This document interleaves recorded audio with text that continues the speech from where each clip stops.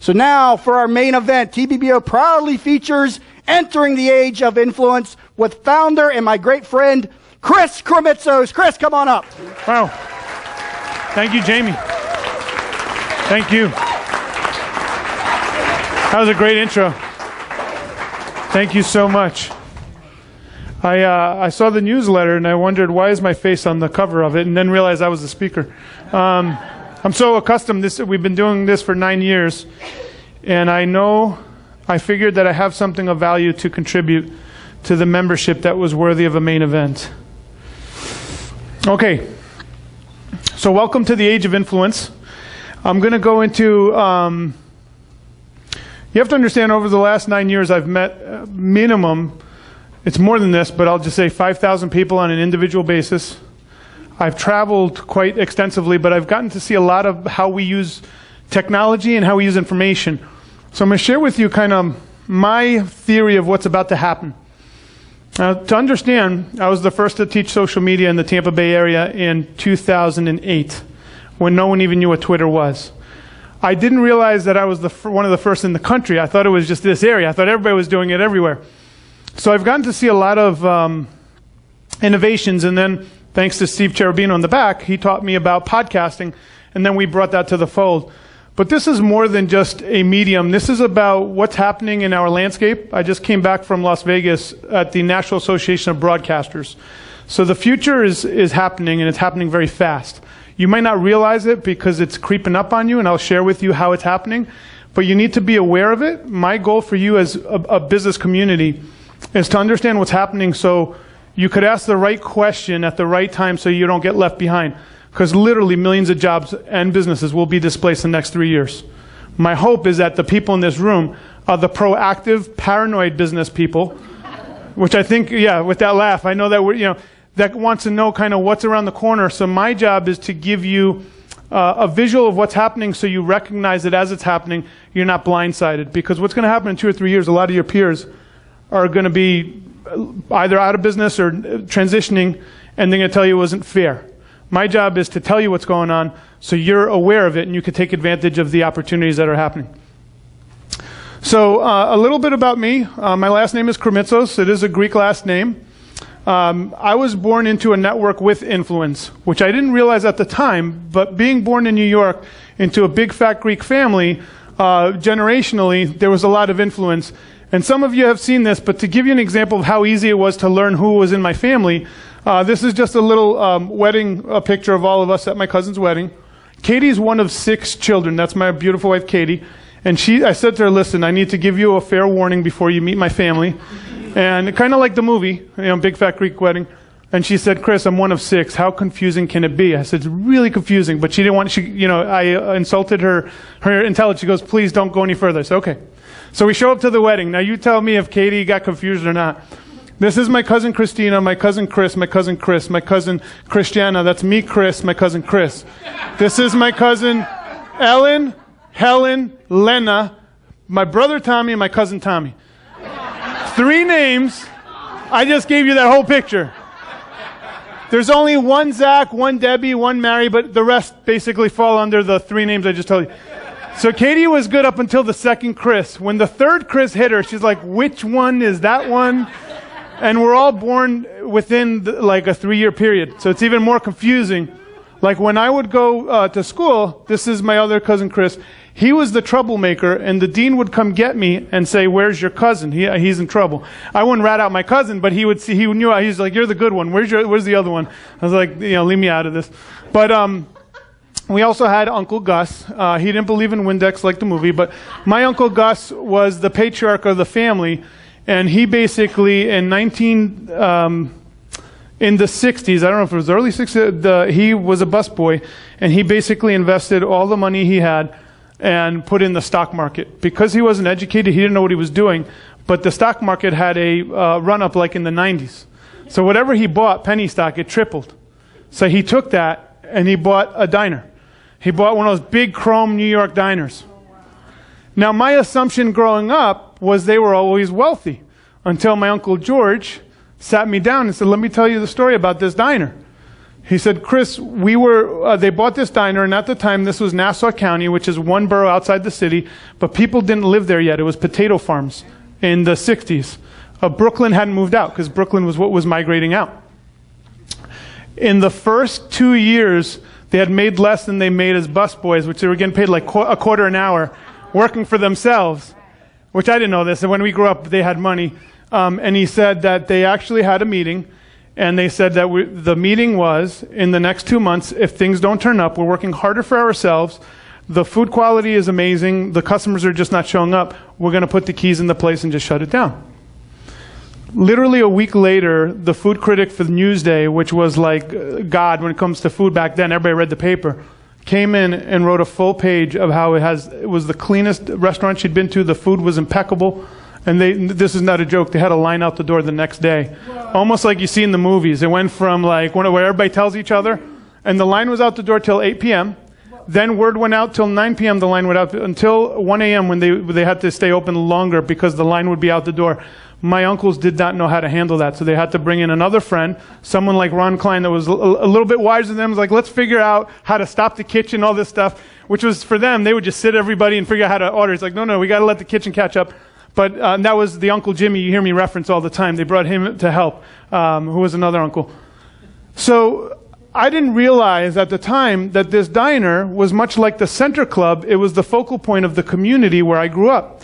Now, where I grew up, it was a heavily upper middle class Jewish neighborhood where a lot of the people I grew up with worked down at the Trade Center. They worked in Manhattan, New York City, attorneys, psychologists. And what happened for my uncles and my cousins, we had connections because they would eat at the diner literally 3 times a day, like 15 times, literally breakfast, lunch, and dinner, when they were doing business or talking. My one cousin, my uncle got to know someone that worked in JP Morgan. He became an investment banker. The conversation I had with my cousin one time, he goes, I heard you deal with small business owners in Tampa. Maybe we should work together. I said, I'd love to work together, but before we do that, what do you consider small business at JP Morgan? He goes, $100 million to $250 million. And I said, I think we're in different areas of small business. Then I had to look up the definition, and the definition of small business does go up to $250 million depending on the scale, which I know we don't, but in Manhattan, New York City. And then I said to him, who are you funding at $100 to $250 million? He goes, like there's someone that might have invented a widget and everybody has to use that widget and they need recapitalization for their factory. So my uncles did a really good thing in that here they came, most of them did not have an education, but they built a network inside this diner, and they got to know their customers. Their customers loved them for the quality of the food, and then they were able to connect a lot of us to activities. The famous Uncle Gus story I give, and I know Bonnie loves this story, is my dad brought me in to work at this diner one day, and I was working the dishes, and my Uncle Gus, really big, formidable character, he basically came up to me and said, you got to work faster. And I said, Uncle Gus, I don't want to put my hand in the steam. I'm going to get burned. And he said, well, in this diner, that's what you do. You put your hand through that steam and you pull it out. You don't wait for the steam to dissipate. At the end of the day, in my head, I didn't have too many nice thoughts about Uncle Gus. And I was scared of him at the same time. I was only 12 or 13. But he looked at me and he did something that changed my life forever. He said to me, I don't ever want to see you here again. And the reason is, during lunch break, I see you talking to the customers, and you have a gift, and you need to develop that gift before you come back to this diner. He goes, my dad didn't let me, I don't think he went past seven years old to school. So he never learned to write in Greek or English. So that was one of his bucket lists, like, I want to get an education, learn. So he saw this skill, which I didn't. I was a 13-year-old just BSing with the customers outside. He said, whatever that is, that's a gift, develop it, and you could do more, make more money with your mouth than you can with your body. Now he said, if you decide that you go to school and you meet all these great people, that you want to come back and work here, I'll welcome you with open arms. But until that time, I don't want to see you in my kitchen. So what's ironic is my cousin, his son, wound up working, he runs the diner. But Uncle Gus, for whatever reason, saw something in me, and my cousin did go to Manhattan, but he wanted to go back to work at the diner. So this diner now has been in the family since, it's been over 50 years now. The famous story that we tell is Doris, the waitress, when they bought the diner, Doris worked at the diner. Last time I went there, Doris was working, and I said to my cousin, like, how old is Doris? They're like, we don't know, but somewhere in the 80s for sure. So I said, you realize Doris is forgetting everybody's orders. And they said, she came with the diner, she's going to go with the diner. We're not getting rid of Doris. But that's like the New York institution thing. They won't get rid of Doris. I'm like, she's forgetting. The customers love it. They don't care. They know who Doris is. But that's just a New York thing. Now, when I moved to Tampa, I had to build influence. No one knew who I was. And what I did was I volunteered at Public Access, and I learned the tricks of the trade of TV. So I didn't learn how to be on camera, believe it or not. I learned how to technical direct. I learned how to do the people with the headsets, the booth, shot 1, 2, 3. And I tried to get someone to, I was producing a project, and I tried someone to do what I wanted them to do, but they weren't doing it the way I wanted it. So kind of like Tim the Toolman, I said, okay, I'll step in front of the camera and figure it out. So then I had to train a crew to run how I wanted, and I'm very particular about things, the way I want, and I'd be on the show. What this helped me do, though, in very fast order, I had 2 shows. One was a TV show for business people called Millionaire Mindset, and the other one was a political debate show called The Bleepin' Truth. And it has the date. It was in 07, we put that to YouTube, but it was in 06. That's Anthony Kovic right there. That's how I found him from a Craigslist ad, our AV guy there. Anthony was one of our pundits. I built a network. I didn't realize I was doing it. I just wanted to meet people. So through the TV, I built a network, and I also had leverage because they saw me in a very high position. Uncle Larry Harbault, our first ever member here at TBBO, used to be a guest on my show. The irony of it, though, at the time I was in my late 20s, when I was off the TV set, I looked like a 19-year-old. So I'd wear shorts and a T-shirt. And I didn't really know if anyone was watching, but Uncle Larry Harbault had his red power tie, his suit, so when he'd walk around, he'd get recognized all over the place. So I always thought he was putting me on that people were watching the show. But we had a really good audience. And I basically parlayed that influence to, I wanted more hands-on. TV is great, but you can't meet people. You can't interact with them, and that's kind of where I get my juice.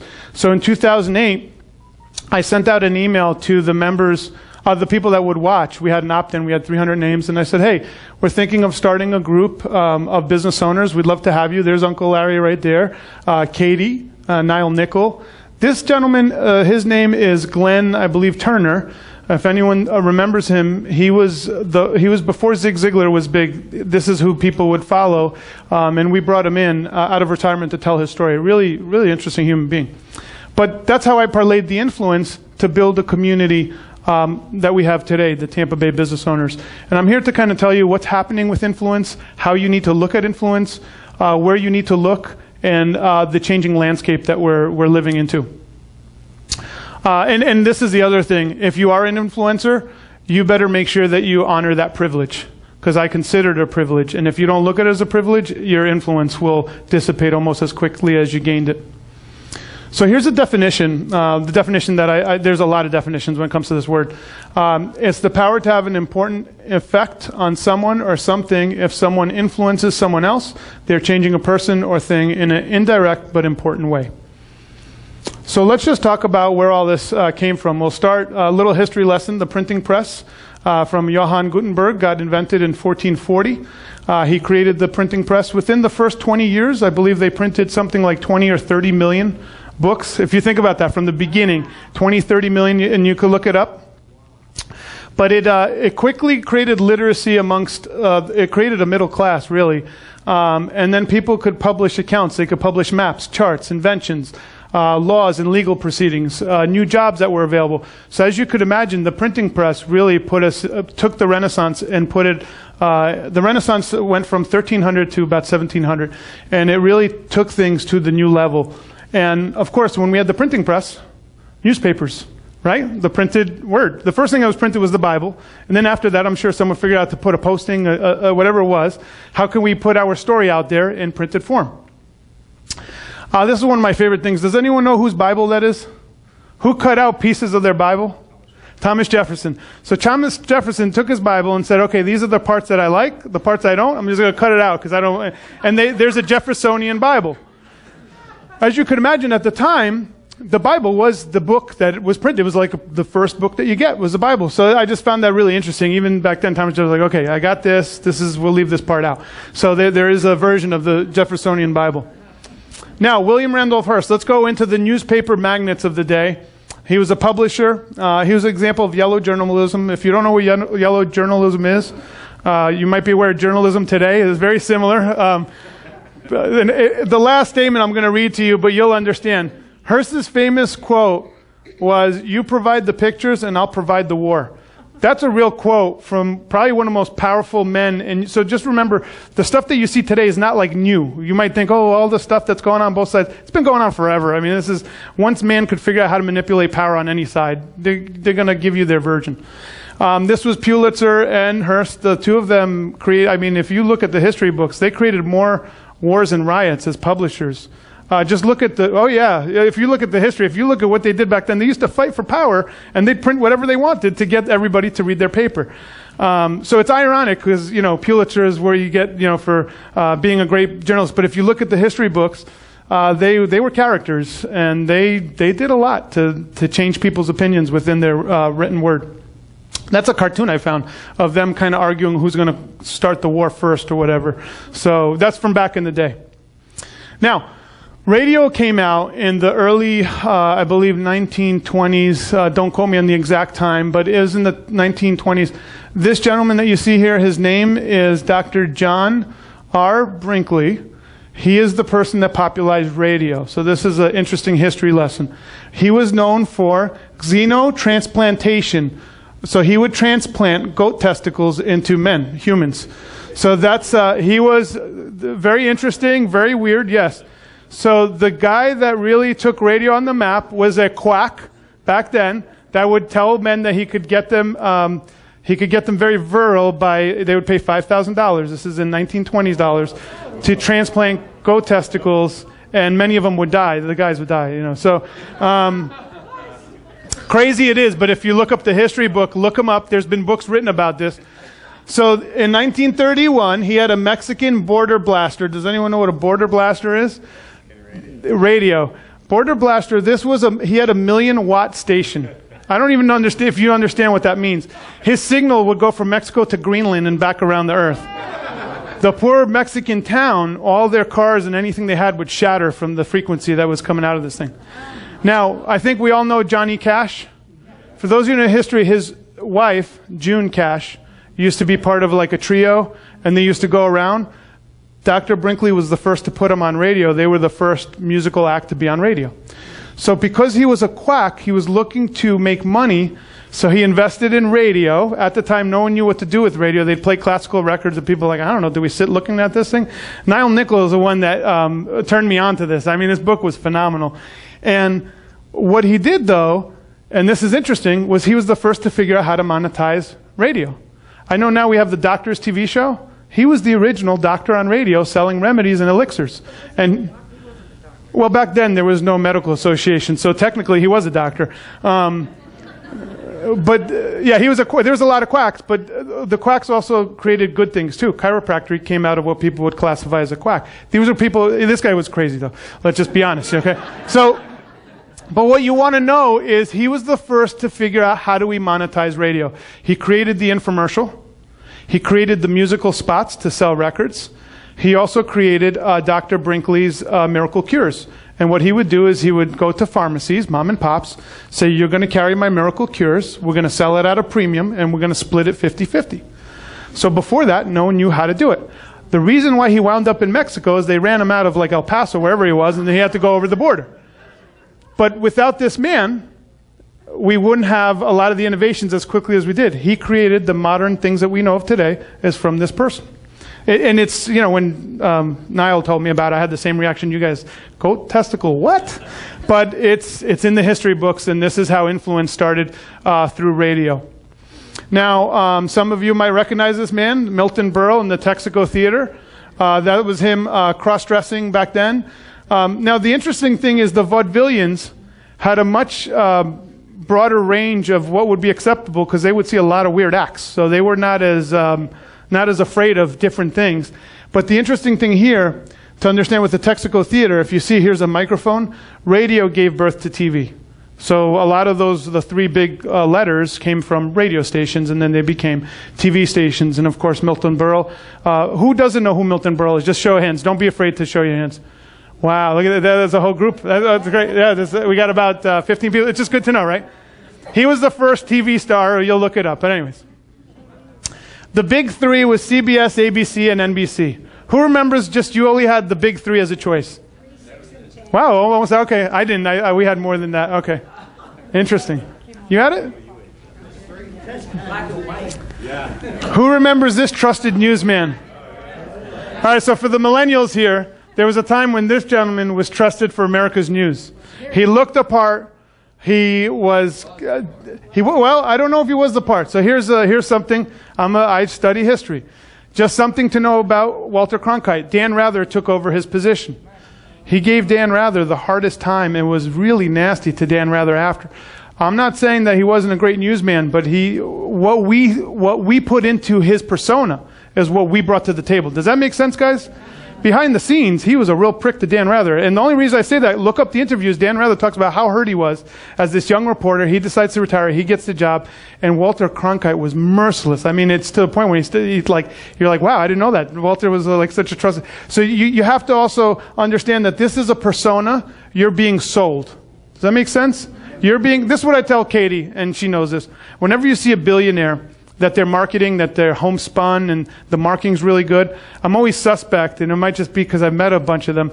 The ones that are really good at their PR game, and you're like, oh my God, some of them are exactly what you see, but the others have manufactured it for you to believe what you see. Does that make sense? Meanwhile, they're the most cutthroat of all the billionaires. That's why they're at the top. So just remember that in the back of your head. And the only reason I would say that is after meeting one or two of them, and it's not always, things don't always seem what they appear to be. And that's why I put Walter Cronkite's image there. I'm sure he was a great person in some respect, but I would have never guessed that he gave Dan Rather, his replacement, the hardest time and never gave him a break, even though Dan was like, please, let's talk. Never gave him a shot till the day he died. Now, cable television. This is just the growth of cable television. In the 60s, there was about 600,000 subscribers, 1% of the households. We get into the 70s, we have 13% of the households, 78, 17.7% of the households. Please remember that number. So it took about, 18 years to get 18%. And then, as we know, in the 80s, cable TV started exploding in the mid-80s. For those of you who don't know the story of ESPN went bankrupt for 10 straight years. Could not make money because they couldn't figure out how to monetize the most profitable channel in cable history. Actually, the guy who lives in Sarasota that founded it, but a really amazing story. Cable TV, I Want My MTV. Who remembers I Want My MTV? Do you guys remember this guy, Adam Curry, with the big hair? And you know that they started MTV in the basement of a house in Jersey. Am I right on that, John Mickle? Right? It was in Jersey. They started right across because they didn't have the budget to put in Manhattan. So I remember them always bragging, we're in the basement of a house in Jersey, starting MTV. What would become, one of the largest channels. Now, obviously, I don't even think they haven't played music in years, right? So, anyways. Man of the Year, Ted Turner. Basically, this talks about how TV now has proliferated and there's too many choices. Does anyone want to guess what year that was? It was 92, but in 92 we couldn't fathom any more choices than what we had. It was amazing that between Ted Turner and they had Rupert Murdoch, whatever channels they had, we couldn't fathom, like CNN, oh my God, 24-hour news coverage was out there. So I just want you to understand, 92, we're still not even grasping like it was, that cable was like, wow, there's too many choices, right? Now this is a little bit of the history and I'll share what this is. But this is the growth of broadband, on-demand programming, high-speed internet. And if you see, this is when we had the Ted Turner article. Shortly thereafter, cell phones, all this started growing beyond the box, what they call, and I'll go into that. But just to give you a visual, it just literally, somewhere in the mid-90s, things just went, in a good way, off the rails. Who remembers your AOL discs that came in the mail? Do you remember sitting there and excited to hear the dial-up and you'd get kicked off? Remember that sound? Who here does not know what I'm talking about? Raise show of hands. You guys don't know? You weren't part of that. There's a few people here. I'll explain to you. We used to get these discs in the mail saying, get on the internet. We tried to load it up and we'd get kicked off because all our other friends, what do you do? I'm trying to get on. Get off the phone. And it was using all these phone lines. And the modems were so slow, but we were so excited because we could maybe see a web page, okay? And AOL had chat rooms. You remember chat rooms were big. Everybody loved going on the chat rooms and talking. It was expensive too, right? There was a cost to it. We're eating bandwidth up, right? But that was in the 90s, 95, 96. If you remember, AOL eventually became so big, they actually bought Time Warner. They merged with them. But it all happened from these little these packets that we were getting in the mail were so, after a while though, it wasn't exciting anymore because you'd get 100 of these things. And you're like, how much money do these people have? They just keep sending me. I'm already on. But that was the arrival of the internet, what I consider for the common user, okay? Now, the history of the blog. Now we go from the internet. Now we have the new written press. The written press of the Drudge Report, the Huffington Post, TMZ. Now, I always like to look back in history. What's interesting is the Drudge Report was founded in 1995, so he was a very early adapter. Do you know that Huffington Post was not founded until 2005? So I found that interesting that only 10 years later, and so was TMZ in 2005. So these became our new media titans, our new storytellers, our Hearst and Pulitzer, so to speak, telling stories out there. So blogging started to proliferate.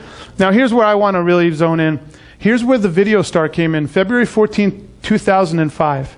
So if you really think about it, it's not that long ago. Like YouTube, video, 2005 is what we're talking about. I know for those of us that have been playing this game, like, it seems longer because we've been doing a lot of things, but 2005 is 12 years ago. At the same time, the same guy that you guys know as Adam Curry, he invented podcasting, believe it or not, the MTV guy. He's actually a tech geek, and he's invented 3 technology companies. That's why I brought him up earlier. So he's the reason why we have podcasting. He decided, with another guy by the name of Dave Weinert, to make an RSS feed, real simple syndication, for audio. So he got with the tech guy. They said, hey, let's make audio the way we do all the other stuff. And then Steve Jobs was so impressed, he called up Adam Curry, and he said, you know, we'd like to add this to the iTunes store. Would you mind? And they said, sure, put it on there. And podcasting was born in June 2005. By definition, that was added and it was made accessible to all of us. Before that, geeks had it, but this is when it became really, anyone could start a podcast because it was on the iTunes store thanks to Steve Jobs. But Adam Curry is the one that made it happen. Now, the history of on-demand is, you know, I'm just going to give you, by the way, this is my version of history. You could challenge it. I'm fine with it.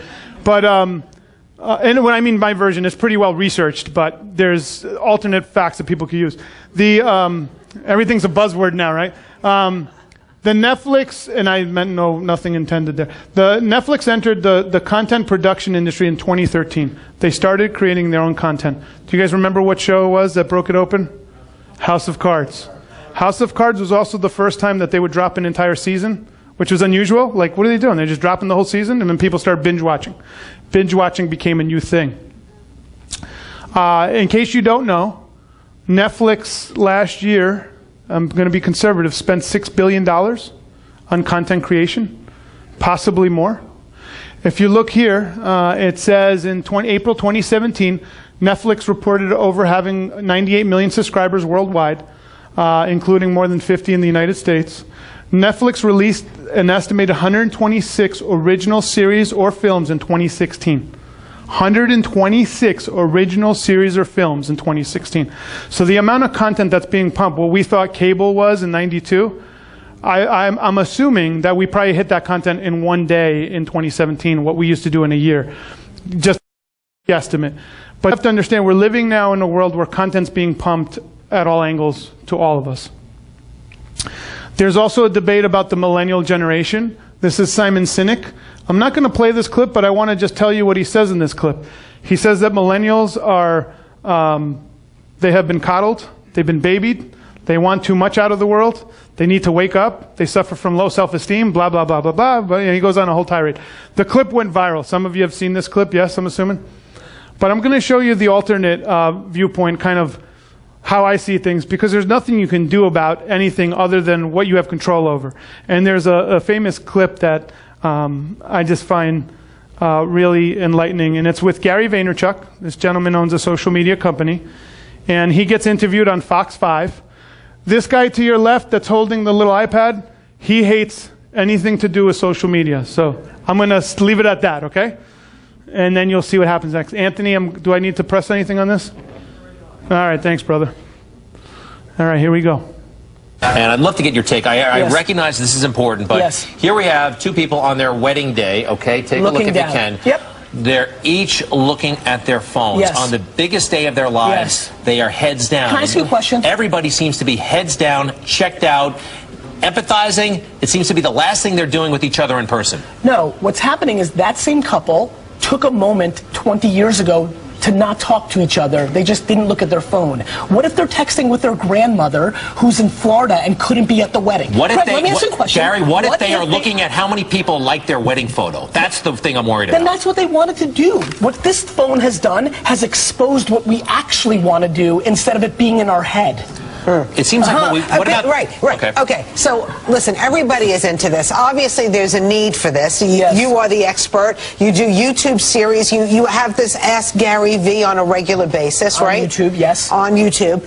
And so what are the biggest questions? What are the misconceptions that people come to you with? I think the biggest thing I'm going to go into a Zen place.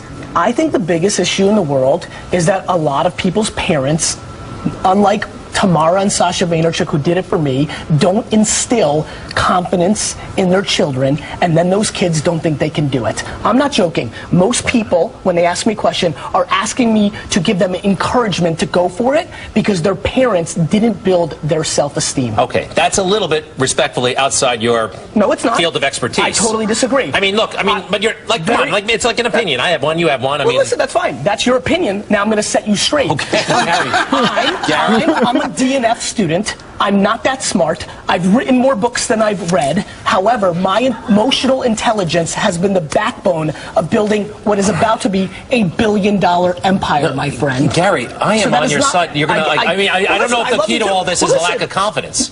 And this format seems to be undermining kids everywhere. I mean, it's all about the bullying on social media. Teenagers, what you look like is now everything. Listen, I love you, and you know I love you. Gary, we got plenty of time, so you don't like. That's fine. I love you on this, but look, you're basically the same dad from 40 years ago that said Elvis shaking his hips was going to be the devil. You're the same dad that when I was growing up as a kid said video games were going to ruin all of us because we were playing Zelda all day. I think there's something different. Excuse me. So you're like, there's something different going on now. I understand what you're saying, but we have, if you look at it, if you think about it, we've plateaued culturally and technologically over the past 10 years. Based on whose opinion? A lot of relationship people, a lot of people are concerned that children do not know how to socialize, that everything is done through do you know that the average 14-year-old girl in polling now claims to have 4.1 best friends and only a decade ago had 1.1 because now they have friends on Twitch and Snapchat and all these other places because kids 20 years ago, if they got unlucky and got picked on at school, had no outlet. Yeah, no, actually they could go home. Now the bullying follows you home with all these apps. Let me ask you a question. Yeah, sure. This is evolution. There's always going to be something in every society that is going to bring us down.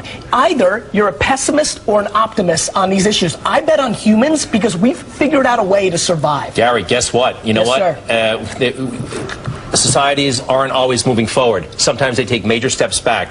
Technologically, I said, in 1927, we flew to Europe. Lindbergh did, by himself. 42 years later, we flew a 747 for the first time, and we went to the moon.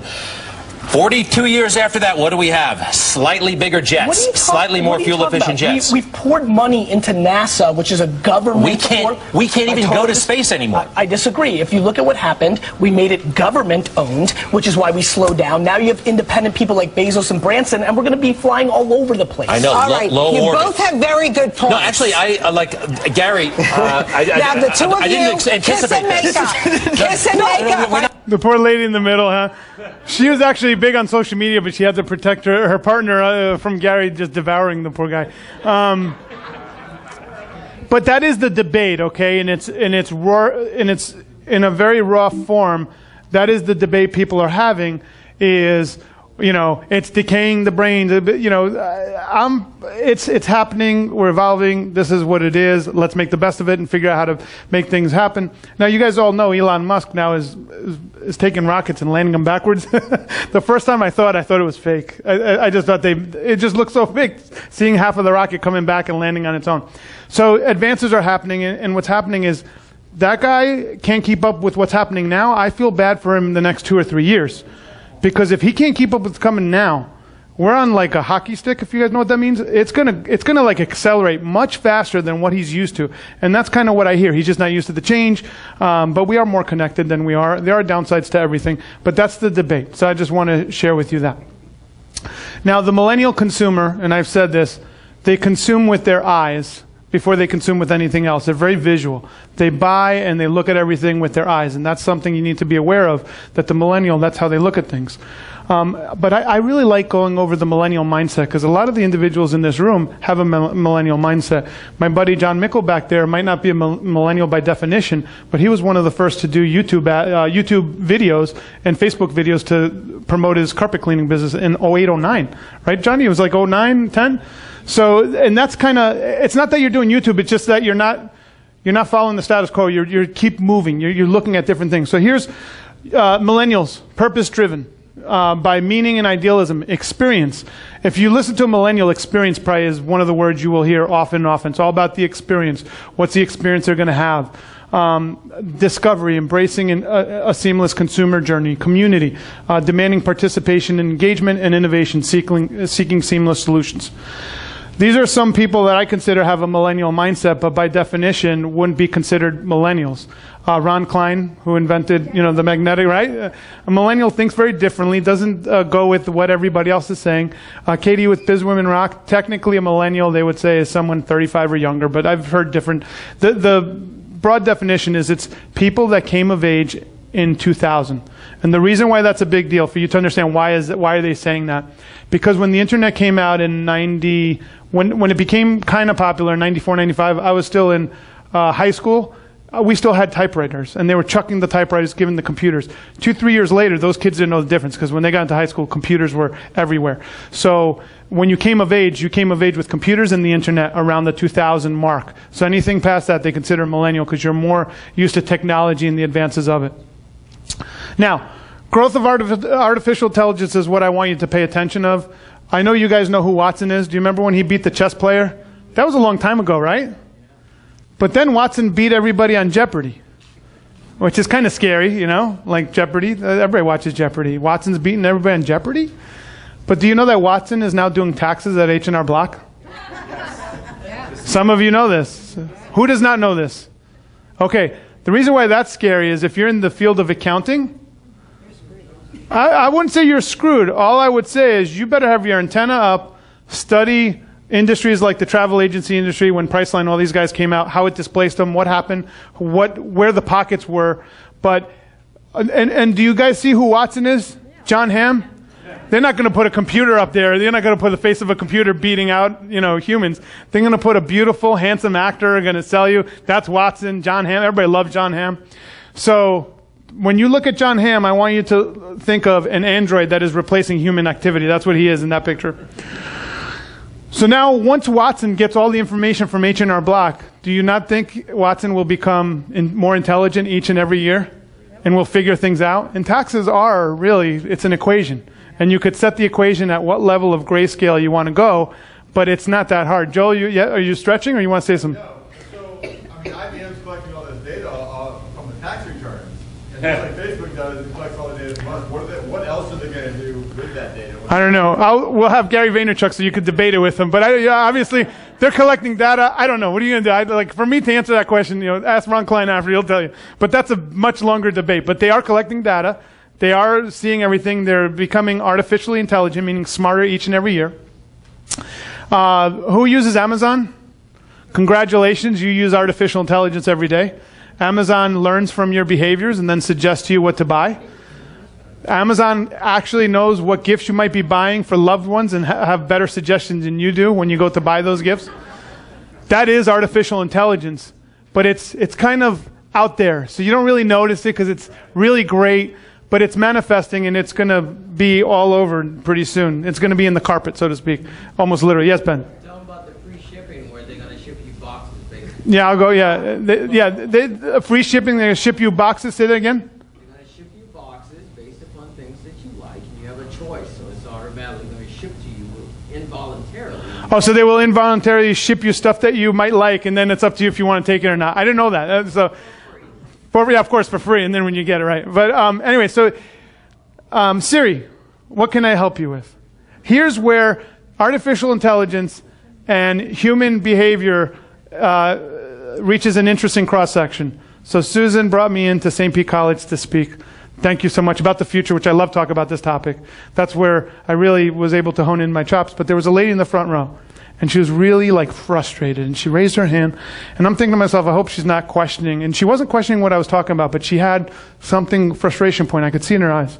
And she said, what do I do with my son? I said, what's the problem with your son? She goes, my son is 5 years old, and he talks to Siri all the time. And I said, okay. I said, this is interesting. I get to learn. What is the challenge with your son? One, he's now at a 7-year grade level. The teacher can't keep up with him. So she's having a problem. And two, there's things I don't want him to know. And I said, can you tell me what? I had some guesses, but I didn't know. She goes, religion. She goes, what do? I want him to believe what I believe, my religion, for my son. And I had to think about that. I said, well, really, the only thing you can do is be open and honest with your son, why you believe what you believe. But obviously, he will form his own opinion. But, you know, I want you guys to think about this. When I was 5 years old, I think I was eating dirt, running off of go-karts. Yeah. I'm being dead serious. Like, I started thinking, like, what was I doing at 5? I might even, like, peed on myself once or twice. Like, this kid now is asking the meanings of life at 5 years old.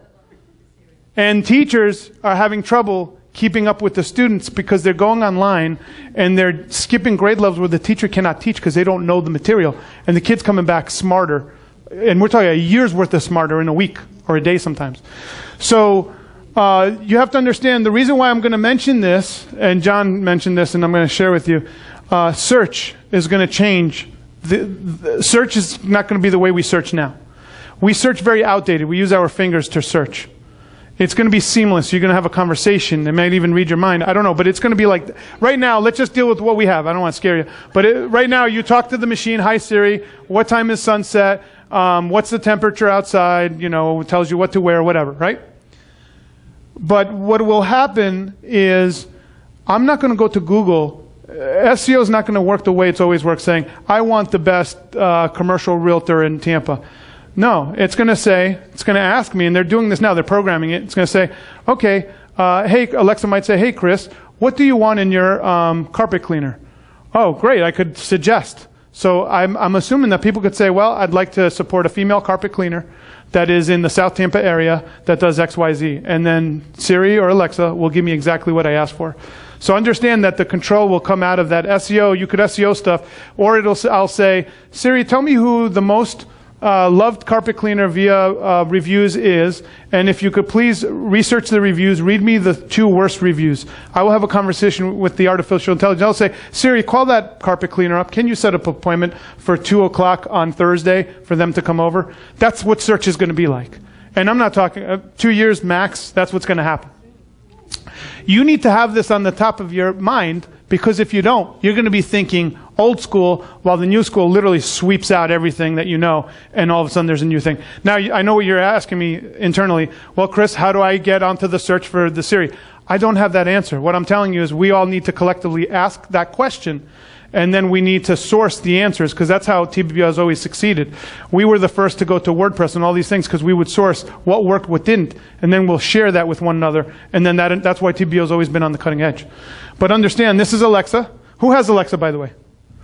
Okay, a few people. I've heard that once you have her, it's very tough not to have her because she does everything. Like, you could talk to her in schedules. Dave Jackson is a gentleman that he will use Alexa, a friend of ours in Ohio, to schedule his life. He went to the hotel. He came down here because he was at one of our premieres. He started talking to his hotel room, but Alexa wasn't there. He thought he was still having a conversation. But understand, that's what's going to happen. Like, we'll be so used to the technology being in the room. It's not 100% portable yet, but it's getting there. But all you do is you plug in your Echo, connect it to the internet with the Alexa app, and just ask for music, weather, news, and more, and you're done. You know, I mean, it's that quick, that easy. Yes, Steve? Dave Jackson actually does a podcast. Alexa is his co-host. Right, yeah. So, yes. What is it called? Ask Alexa? I can't remember what it's called. It's the only podcast with Alexa, but yeah, he talks to Alexa, and they have a podcast. Thank you for that. Okay, now, the changing landscape of education. Susan and her peers happen to be paranoid about this, and they should be, because if you're not on top of education, and with St. Pete College, talk to what they're doing, because it's amazing. But has anyone seen these master classes on your Facebook walls? Have you guys seen this? Do you guys know what this is? This is a program. It's called Masterclass. They will bring in Steve Martin to teach you about comedy. They will bring in, here's who the trainers are. Hans Zimmer will teach you about scoring films. David Mamet will teach you about dramatic writing. This guy wrote Glengarry Glen Ross and like 100 other plays. James Patterson will teach you about writing a book. Frank Garrity, one of the greatest architects ever to live, will talk about architecture. Just go masterclass.com. Masterclass, look it up. Do you guys know how much that education is? Free. No, it's not free. It's $90. What? Yeah. I don't know if it's yearly or something, but is it monthly, Ron? Do you know? I think it's one time, right? A year? For now, but seriously, they have Kevin Spacey teaching about acting. So I want you to understand something. If education from the world's greatest individuals in their field can be accessed at your computer for $90, what does that do? What does that do to all of, it's going to change. It doesn't mean it's done. You have to be paranoid about your success because millennials, you know what they're going to start? Millennials are smart. They'll be like, why do I need to pay $72,000 a year when if I'm in these fields, let's say, for $90, I learned from Stephen King or whoever they have coming up. They have Gordon Ramsay teaching cooking on this thing. They give you a certificate. They give you, yes, whatever they give you, well, yeah, the certificate, right. Now, let's talk about YouTube influencers. They've popped up everywhere. You probably don't know any of these people. Some of you might know PewDiePie because he got in trouble recently. PewDiePie put up some he has a really weird humor, and he put up humor making fun of Hitler, but it wasn't seen as humor. It might have been serious. I don't know. But here's what happened when this guy did this. 75% of all the advertisers that advertise on YouTube said we're pulling all our funds because we don't want to be supporting this. Well, what happened was most of YouTube, as you know, is very explicit. A lot of the stuff is like comedy and all kinds of stuff. Another stuff is really clean. Half of their creators lost 3/4 of the money that they were earning overnight. What that now does, it pushes us ahead to where I thought we were going to go, but it's going to push us much quicker, which is the age of the independent, and that's where we're living in right now. So we're going to have networks. This is Phil DeFranco. He's a broadcaster. He does news. He tells you the pros, the cons, and then he tells you his opinion. I will tell you, he has a better take on news than any network you watch. He really does a good job of researching and giving you both sides, and then he'll give you his opinion, but he'll at least tell you what's going on with both sides. Phil DeFranco. He just launched the DeFranco Elite. So this guy was on Discovery Channel. A lot of these YouTubers, that you might not know this, but Discovery Channel sponsors a lot of them. They have their pockets in a lot of online videos. Discovery Channel has some deep pockets, and they've been investing in videos. But I'm going to show you what happened. So I'm preparing for this presentation, and as you guys know, I take meticulous effort to make sure to give you the best of the best. This happened yesterday or 2 days ago, so I was like, oh, this is a godsend. This plays right into what I was about to talk to.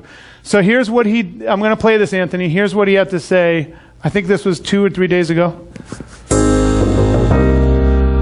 And that's because today I am so happy to announce for the first time in 4 years, I am an independent creator again. Now, I am so thankful to Group 9, Discovery Digital Networks for the experiences I had, the amazing people I was able to work with, but this is a necessary and I feel important change. I want to make the next great news network. A network that's run under my vision of it is okay to have and share opinions, but let's get the facts right first. Let's express what both sides are actually saying, give their points of view, and then separately, after we've presented them in the best and fair manner, yes, then share our opinion, not because we want people to also think like we think, to infect minds with my way because my way is the right way, no, but to start a conversation about this crazy world that we live in. A world where we too often close the door on people who think differently or say different things because we associate those people with the most extreme of that group, of the most ridiculous who maybe share some of the same ideas. And there needs to be a rational place where we can come together and talk about the world in a place where we trust what's actually being fed to us. And that's why today I'm launching DeFranco Elite, a fan funding initiative through Patreon. I want to do it independently to make sure no corporate interest can manipulate and control how the news is presented. Being forced to talk about a topic or not being able to talk about a topic or having to push some sort of agenda. Those strings can't be there if I truly want to create this. And I say that having been offered to be a part of something much bigger than what I'm doing now, to build someone else's property or to even go with my vision but still be able to be controlled. I wouldn't have the level of control needed to actually deliver on what I'm talking about right now. I want to have a real impact on this world, and I feel like there are people like you that also crave that. And that's why to me it's a no-brainer not to only make content for you, but with you. Now keep in mind, I am taking one of the biggest risks of my career in one of the most toxic and uncertain of times. Ad revenue for people that talk about real and controversial topics is plummeting. Monetization being stripped from my videos is a very real problem, and one that looks to get worse in the future. Despite our continued growth for people hungry for this content, it's more and more uncertain. But I do this because I know that this is important, and I know what we can truly do. So it basically goes on, but this gentleman's been on YouTube for a long time. He's very entertaining and engaging, so he makes the news, pro and con, and then his opinion. Very, he doesn't make someone wrong, but he tells you his take after. So he launched this a few days ago. I think this was just a couple days ago. He has 12,000 backers. His average backer is about $8 to $10. So he's already funded where he has about $120,000 per month funding his new network. So he's already in the million. He's already in the million ballpark. Now, when you see these YouTubers, and this is what I always try and explain to people, when you see these YouTubers, most people don't understand the amount of work that goes into a YouTube channel, because it usually often looks like a kid with like he's got the Angry Birds behind him and a couch. That's a custom built set for his YouTube channel. Didn't start that way, but as money rolls in, they get custom built sets. Everything is designed with the blue wall, all that stuff. So now he's building out his own news network with 3 different bays, and he has over $1 million within 48 hours. So I'm assuming he'll probably hit $2 million in the next 6 months to fully fund his own network. What he's doing is going to happen across the board. So so this is why I shared with you the cable. Just like TV had 3 networks, then had 29, the internet's about to splinter the same way. My theory, take it or leave it. We're going from the handful of networks that control everything, and now we're about to splinter into millions of little stars. Well, what was interesting is Lorraine and I went to Las Vegas and the National Association of Broadcasters, and the Verizon actually has a portal for you to control all your content, host it on your own, and then you direct it out to all the channels, but you control your content, almost like a podcaster does. So YouTube is a place you push out your content, but it's not your only. Right now, a lot of these people, that's the only place they put their content, and YouTube controls them. So it's going to really proliferate. This is just a stat that just shows you the different brands on YouTube that are popular. Entertainment's a big one. How-to style, comedy, music, education, people, blogs, film, innovation. Now, what you need to do is start looking at these different areas and seeing who is talking to your avatar that your brand can be aligned with. Does that make sense? And I'll explain what I mean by that. The other thing is hacking is a big thing with millennials, the word hacking. So if you go to Facebook and look for hacking groups, they have Facebook ad hacks, they have travel hacking, real estate hacking, ethical hackers, freedom hackers. They want to hack life, which I think means just make it easier or use leverage. There's nothing wrong with using it. They're challenging conventional wisdom. That's why I see when you see that word. I'm Mom So Hard. Has anyone seen this? These are some of the biggest stars on social media. Katie loves them. I would check out I'm Mom So Hard on Facebook. They have live streaming videos or videos that they upload. They have close to 1 million, about 700,000 likes. And now what they're doing is basically it was 2 moms. They drank some wine and they would film it, and they were really funny. So now they have a traveling show. They sell out theaters. I'm Mom So Hard. Now, the reason why I mention this, I'm sure that there's a business owner here that could align their brand with the I'm Mom So Hard brand to grow with them. So just think about that. How to be ultra spiritual, JP Sears. This guy's really funny because he's into yoga and meditation, but he makes fun of his own people and everything that they're into. One of my favorite things, he has a video where you got to watch what he does, but he goes, I love risking my life over a cliff for the perfect Instagram photo. He has all these things, but he's really funny if you check it out. Now, what's going to happen on the retail front for those of us in retail? Does anyone know what this place is right here? Bass Pro Shop. Bass Pro Shop is an amusement park. If you brought me there when I was 5 years old, my parents would probably be paying an admission to go into Bass Pro Shop.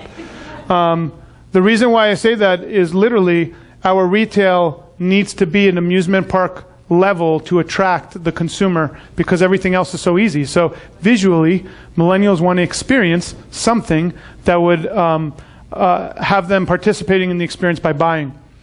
Apple, do you guys know that this is one of the busiest landmarks in all of Manhattan? My uncle has a store around there, and he said, they did some study that this is busier than some of the biggest landmarks in Manhattan. It goes down, and then literally it's packed. You're like this, and you just see people buying Apple products everywhere. Think about that. They're going in for the opportunity to buy a product, and it's busier than the biggest landmarks. It's right outside of the toy store. What's the famous one? FEAO Shorts, right? So my question to you is, how can you create an experience that inspires me to be part of it? Because that's what these companies are doing. That is the common theme across all of them. I do think that the retail space will be vacant, but it'll be filled up with people that have an imagination to create an experience that we feel inspired to go to. Disney, well, the Disney store, has anyone been part of that? It's like a playland for the kids. I mean, it's almost a great place for me to bring Sedona and just watch her play, and I just hang out and chill. I would probably be hanging out at the massage chair on the Brookstone while Katie's in the Disney store. But Brookstone is still around because they have gadgets that people engage in, and they go in, and it's an impulse buy. So just remember, what is the experience that you're creating? So my analogy to you is, in the land of the blind, the one-eyed man is king. So all of us here have one eye open now. You can't say you didn't know after today's presentation. So in a land where the reason why people are blind to it is it's happening organically, and they don't realize, like, oh, that Amazon thing, that's artificial intelligence. Oh, that Google following me everywhere over the internet, that's artificial intelligence. So they don't even realize it's happening because it's ubiquitous. So now that you know it's happening, you need to ask yourself some key questions. One of the things I would tell you is be an active part of a group. That's why the groups are so important right now. This is Bruce Wozniak. He actually spoke at our local Florida Podcast Association, where we help podcasters basically, create their message. But if you have a message, please don't think twice about sharing it. Tampa Bay Business Owners is probably the perfect place to get your message out, because we create a speaker placement committee for you to go have a fail-safe, present, and we give you feedback, and then you come back out. So presenting and public speaking is one of the top ways you could stand out in a world where you have to. When I tell you, forget about that analogy, I hate that thing, public speaking is scarier than death or whatever. What does that even mean? I don't think it's that scary. I think when you have a community environment, get out in front, share what you know. You're passing on a piece of yourself to other people. So I would say, if that analogy is in your head, delete it and kill it. Make sure that your story gives me confidence in you and your services. So what is the story you're telling other people? All too often I see people not confident in their story, and it creates questions of confidence for people to do business. So what is the story you're telling? How is it being perceived? And how is it making people confident to work with you or do business with you? Differentiate yourself within your industry. Here's two of our beloved members that have differentiated themselves. Gabe has a firm called Shake Creative, and Gary is a consultant. Gary, early on, said, I will help people with their government contracts, and he will do an RFP for $500, which is literally it's nothing to do one of those big pages. Gary now has so many consulting clients because so many people liked how he worked with that RFP that is packed. So he focused on a niche, and he built up his consulting practice. Gabe, on the other hand, he started realizing, hey, a lot of the people I'm working with are private club golf courses. So he said, I'm going to create the private club radio show. And basically, before Gabe even launched it, Gabe, how many sponsors did you have asking to sponsor your show? About 3 of them before that. And you had no downloads. See, the man didn't even have a show, and 3 sponsors are asking how much to put on. So the reason is they understand that he's going to have an audience that is niche to what they have, and there's no other place to get it. Do you understand that? So he became not only a business person, but he became an influencer in the niche of private club golf courses. And then he launched this book, which sold out to his surprise. This is the definitive guide to membership marketing. Now, how much is this book? $40. This is a $40 book. Do you guys know why it's $40 and not 10 or 5? Because he has a niche. It's called private golf clubs. He's the only expert in that niche that has a book for them. It now makes this book $40. If you made it into a manual, it's $500, and justifiably so. So understand, when you're in the niche, the value of anything you create goes up, guaranteed across the board. Okay? So he was even surprised, and now I asked him to bring some books because I read it. It was a great book on marketing, but you're waiting for the next shipment, correct? So that's the book he gave me. Great read. But talk to him about it, because now he is the expert in his niche because of what he did. There was a gentleman here that created the condo coaches. So here is the challenge. How do we find people that are on the association's boards for condos that we could get in front of? So Dean Akers basically created a condo coach show, and the condo coaches are put up on Facebook. They record out of a radio station, but they then stream it on Facebook, and they target it to people that have condo issues. Now, guess what this company does? It can help you with your delinquent payments and collections and all this other stuff. So when you go on the website, get your questions answered on the air. So it's all about how can we help this. Now, what happens is after they've helped these people, they go, we want you to help us. And they'll say, well, we're here to inform you. No, I want your company to help us. They have leads coming in. They're begging to work with them. And that's the cycle you need to really think about, because that's the world we're living in. This guy has a show on YouTube called Hot Ones. He actually sells a sauce called Hot Ones. And the way his show works is each chicken wing, you have to dab a piece of hot sauce, and it gets hotter and hotter. His hot sauce, which is Hot Ones, is right in the middle of the Scoville scale. And it has almost 1 million subscribers, and he's selling his hot sauce by leaps and bounds while he's getting 500,000 to 1 million. So I want you to think about this. How much would it have cost him to have Kevin Hart endorse his hot sauce? Millions, right? He's getting it for free because he has the YouTube show that he wants to be on, because now there's a trade in value. Isn't that crazy? Now, one of the last things I want to leave you is the marketing and storytelling will be really tough to differentiate in the near future. So this is a travel log made by J.W. Marriott with Bill Rancic, and I watched this.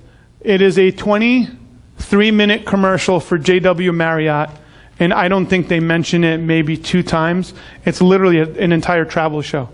So it was one of the best shows I've ever watched. To give you an example how good it was, 1.3 million views. They had 60 thumbs up, only 6 thumbs down. So your marketing and content are going to intersect to where you can't tell the difference, and it's already happening. So understand that that's what I'm sharing with you. For bigger brands, it's easier to do, but as you get into this, I need you to start thinking about this. Marketing and content, great content, is going to become almost seamless. You're going to almost not be able to tell the difference. You know why? Because millennials don't want to look at commercials. They'll skip it. And they have blind spots. They don't even see them, even though they're on the page. We crowdfunded our project, The Messengers, and that helped us create the movie. And then from the movie, we are now crowdfunding, selling the DVDs to the same audience, saying, hey, thank you for helping us. Now you could purchase the DVDs. So technically, we're selling the DVDs via crowdfunding. So this is just something really cool that we've done. This is a movie that was created called Range 15. This apparel company is worth millions of dollars, and they funded their own movie from the money that they make. The movie has made millions already. So that's what I'm trying to show you, where advertising and movies, it's all becoming one big thing. My favorite thing is the poop shovel. Glenn the Geek sells this poop shovel on his show. This guy created this $200 vibrating shovel to shovel horse poop. And he couldn't find anyone to sell it. Home Depot didn't want it. Lowe's didn't want it. Tractor Supply didn't want it. He went to our good friend Glenn the Geek, who has a show. And Glenn knows on Fridays is when people shovel the horse manure out. And he put it on at, I think it's 10 a.m., and they can't keep the shovels in stock. So they sell them to the listeners because they're going through the exact pain point as they're shoveling. This last person, I want you to be this person, and this is what I want you to do. This is one of Glenn's advertisers. And Bonnie, I gave this to you because I want to give you and Ron a new thing because you've already seen the other one. But this is Dr. Rose. She's selling homeopathic remedies to the pets of the people in the Horse Radio Network. The reason why I want to show you this is all of you have products or services. You should be seeking out niche audiences like Glenn's, who has literally 30,000, 40,000 daily listeners that are looking to buy services in different genres. So for this is for the animal genre. People love their animals. But I guarantee you there's influencers across all spectrums of genres you should know. So one of the things you should do today, when you go home, find out the influencers that are in your key demographic. If they're too big, they're already locked up by big sponsors, but there's growing ones that you need to pay attention to. Make sure to add all the contacts that you meet in your social media bucket that benefits them and you. So I'm big on Facebook, so make sure to add me on Facebook. If someone's big on Instagram, make sure to add them on Instagram. Just make sure to be current on what they're doing. All right, so I've given you guys a lot of information. I know it's a lot, and I'm gonna sum up just a couple of things. Autonomous vehicles will be out by the end of the year, driverless. What that means is the screen, you don't have to, like now you can't watch TV while you're driving. When it's autonomous, you can watch whatever you want. So the TV will push out the radio. It's all going to be on demand. You can watch Netflix, whatever you want. It's also going to be, our productivity is going to increase. That's why the hockey stick effect is going to happen. The moment people don't have to drive and they could work, the productivity that's going to be unleashed is going to be insane, because most of us spend sometimes 2 or 3 or 4 hours in traffic on a day. Some people spend 20 hours a week. Imagine if that's space that you could work or do stuff. So once that productivity is going to be unleashed, it's going to be insane. Amazon is already building their drone/blimp system to deliver packages to your house via drones. They just did their first test in England. That's happening as we speak right now. So within 30 minutes, you could receive your package. That happened to me already. It did? Well, not a drone, but a truck brought it up. Yeah, they have all kinds of, they're beginning as quick. This is Elon Musk released this yesterday, his solution to traffic. Elon Musk wants a drill under the ground and create a 3D highway system in which your car gets put on an electric skate, so to speak. It goes underneath, and then at 130 miles an hour, let's say you're in Vegas, it'll shoot you to LA, and then it comes right back up on the street, no problem. This is the image. This was released yesterday on TED. And so what I would tell you is be experiential. With Tampa Bay business owners, we created Success Safaris because we wanted to be experiential. So the experience for us was seeing and feeling and being out there. So what part of your business can you be experiential? This solved a lot of different things for us. It has no venue cost. It was really awesome to go see local businesses in their environment. We also do a cruise once a year, and this was an amazing experience with the world-class chef. When we do our yearly cruise, on that cruise, there's a $75 upgrade where you could have dinner with the chef on the boat. The chef that's on the Carnival Paradise was the personal chef to the King of Dubai. He was not allowed to repeat the same meal twice. He worked for the guy for 7 years. Now, I know when you eat Carnival food, you're thinking of the regular food. This is not that kind of chef. Carnival recruits the greatest chefs in the world, and then they handle 100 chefs. This gentleman lives in India. He was amazing. We had such a great time. Who was part of that dinner? Anthony was there. We would ask him questions, and you remember this. He had a ring, and I said to him, "Chef, that ring looks like a really nice ring. Where did you get that ring?" The ring, I don't know much about jewelry, but it looked like it was worth about $500,000. He said, "That's an interesting story." He goes, "One day I made a meal for the Prince of Dubai's friend, who was also, they're all princes, right? Another prince from somewhere else, Qatar or something, and he told the Prince of Dubai to call him over. Now he's getting really nervous because he's like, maybe they don't like my food. They call him over, and the guy was so impressed with the meal, he took the ring and gave it to him as a gesture of his gratitude, right off of the prince's finger. I will tell you, Anthony could attest to this, that meal I will never forget, not necessarily for the food, but the stories as members that we all shared, and the chef created such a special experience. Last year, we didn't do the cruise. One of the reasons is the cruise, it's a lot of cost on the team and I to put it on. But I will tell you, we're bringing it back this year because it is the greatest experience that we've ever had with the members, because we're all on the boat and we create lifelong relationships from it. It's going to be this November 2nd and 6th. If you guys would like to be part of it, please make sure to sign up. It's a $150 deposit. I'd love for you to be on it. We already have somewhere around 5 cabins booked, but we just need deposits. But I'd love for you to be on that cruise with us. So here's the questions to start asking. Ready? Take a picture if you guys have phones. Millennials, they already have their phones out. All right. How will my industry be impacted by artificial intelligence? You need to start asking yourself this, and you need to start getting this question. What platform should I be using to become an influencer? That's for those of you that want to become influencers, which I highly recommend. John, back in the day, used Facebook. All of a sudden, it built up what he was doing. Now, for those of you that are, and I know this is a common thing, Chris, I'm too busy to be an influencer. Then the question is, what influencer can I partner with or sponsor? Because when Glenn the Geek started, there was people that started with him, and now they have multi-million-dollar businesses thanks to that partnership with Glenn the Geek. And I know his sponsorships aren't that expensive, so it was affordable for small business owners. And the reason is, TV ads, even though TV viewership has fallen in half, has gone up. Whereas social media, millennials are not in power of budgets yet. So they don't put a lot of money onto these social channels comparatively. So it gives a small business owner an advantage of identifying these influencers before they get picked up, and you could grow with them. So what experience are you creating? Guys, thank you for having me. I really appreciate you letting me share what I know.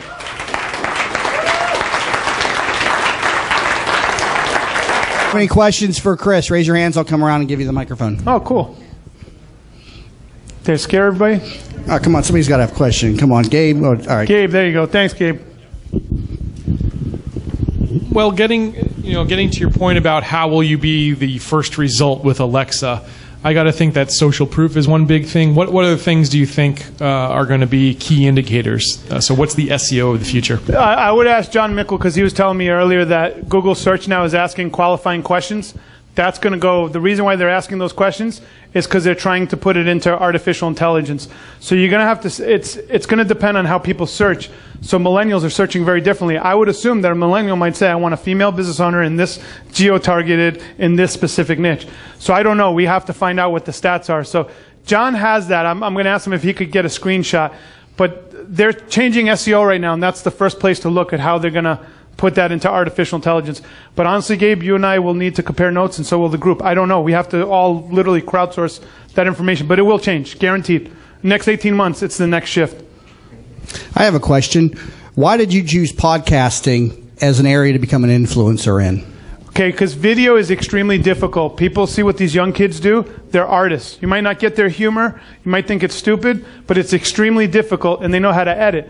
Audio is just really easy. It takes one person, you record it, and you can even find Neil Gillarte and a couple of vendors. They'll edit your audio for $50 an episode. So the barrier to entry was lower, plus there was more people searching for audio at the time, and I thought it was the perfect thing. And based on Katie's results and everybody else's, the results were just off. Everybody's getting 1,000, 500, 1,000 downloads.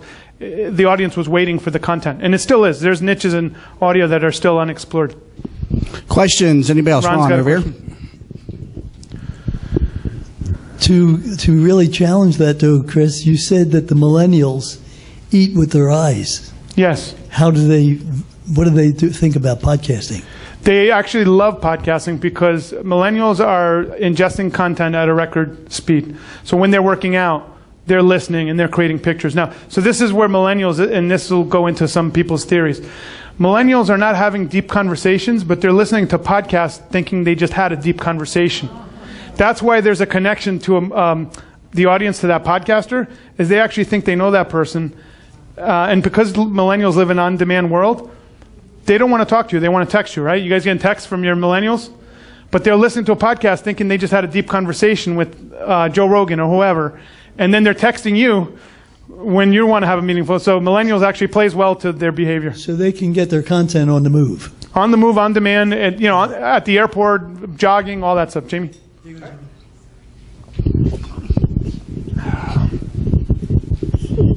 So, Chris, what implications do you think this has for the corporate world? Because you used that analogy of stars exploding into thousands of little stars. It seems like it'll shift. It'll be a challenge for big corporations and shift a lot of power away to independence if they know how to harness, if they know how to use the tools. There's a term called OTT. And it's called over the top in the media business. And what that means is content that I create and I deliver over the top, meaning I don't need CBS to do it. That scares them because they have no control over the OTT, over the top. Gabe is OTT. His content is over the top. They can't control him. To give you an example, there's a company called Vice. Who watches Vice? Vice News? Some of you know what I'm talking about? Vice News is an online news source. They do like videos and they deliver it OTT over the top. They started as a magazine like Creative Loafing, and then they transitioned to video. They're worth $6 billion right now today. Fox is scared. They're all scared shitless, to be honest with you. They don't know what to do. So what they're trying to do is buy small pieces for billions so they could figure out what's going on. The average employee at Vice is 25 years of age. The average employees, all the big networks are like in the 40s and 50s. So they can't keep up with this machine called Vice. The owner of Vice does not want to sell it. He's doing partnerships. He's very smart. He figures he'll be worth about $10 billion in the next year or two. So he's about to gobble up some of the largest media companies you know today. So it's happening right in front of your eyes. Vox News, Vox, VOX is another one. Go on YouTube there, and the information you get is phenomenal. So yes, your assumption is correct. That's happening. But I think consolidation always happens. I mean, it gets big, people buy it up. Bonnie? Chris, I'm really curious about how virtual reality is going to play into this, because even as you were talking about the millennials listening to the podcast while they're working out, I could see that being connected somehow to a virtual reality headset that they're wearing at the same time. And so they're seeing the person that they're listening to on the podcast, or they're seeing something else at the same time. I know you were playing with the virtual reality stuff out in Vegas. Did you see anything like that, or do you think that it's possible that something like that's going to be I'll tell you what the stuff that scared me in virtual reality. So I was walking in the convention center, and you see a guy on a green screen, and he's like talking. You're like, okay. Then you look up on the screen, and he's actually fighting with this big, he's in a game, and he has a VR headset, and he's fighting with this big cyborg. And you're like, this is crazy. It really blurs the line, because he's actually in a game in like real life in a way, but it's all virtual. You got to look at the gaming. The virtual reality is where everybody is putting a lot of their chips in, but I think that's a longer play. Yeah, I also think drones flying through the air, I used to think that's going to happen much quicker than it is. But people, I mean, you start having cars flying over people's heads, they're not going to like that right away. Elon Musk had an example. Imagine if a hubcap falls off and decapitates someone. So it's going to take a while. That's why they're talking about building tunnel systems and alleviating traffic underneath the ground. Yes? Chris, a friend of mine periodically shares articles with me about artificial intelligence and what Elon Musk has to say about all these kind of things. So my question is, what do you think about the development of these artificial intelligence? I mean, as of right now, the artificial intelligence we deal with just takes order. And in the next maybe 5 to 15 years in our lifetime, it's going to reach our level of intelligence. And from that point on, they consider that it will be able to duplicate itself and become much smarter, much quicker than we are. Okay, so here's what's happening right now. Do you have a smartphone? Yeah. Okay, so you already have artificial intelligence, because how many phone numbers have you memorized? I have them all. Right, it's in your phone, right? Okay, back in the day when I was a kid, I knew all my aunt's phone numbers, all my friends' phone numbers. I still, for whatever reason, still in there. Like, I know my aunt's phone number. Then when the cell phones came out and they memorized our phones, we don't carry that information anymore. So you already have artificial intelligence. This is your portable brain, but you're using an outdated, and this is what technologists say, you're using an outdated form to access this. It's called your finger. This is how you're connected to that. They already have integration with the brain. It just scares people. I really don't want to talk about it, but Elon Musk, they're already experimenting with storing all the stuff in your brain. So it's not that far away. It's human behavior. People are really scared about that. But man and machine becoming one it's already being worked on right now. The big. I know, when it comes to that stuff, I don't get too deep into it, because I just want to focus on what's going on today. If I start going into that, that's all I'll be like, oh, this is it's singularity. It's importing your brain. I think it's going to happen. They're hacking the code right now. When and how? That all remains to be seen, but right now, remember, people that are losing limbs in the military, they're attaching that stuff to their brain, and RoboCop thing is happening right now. So all that's going to become seamless. The analogy I've given, it's a weird one, but I will give you an analogy. There might come a time in the future where someone would be willing to cut off their hand because they'd rather have a robotic hand because it's much better than a real hand. So that's kind of where we're going. Speaking along your point, the issue with artificial intelligence is when they become self-aware. That's when humans need to worry. So that's when Skynet takes over. That's a whole different debate. Does anybody else have any questions? Let's take a group shot. All right. Everybody, all the members, everybody come up. We're going to do a group shot. Let's hear it for Chris Krimitsos. This was a great presentation. Chris, thank you so much. Thank you. Guys.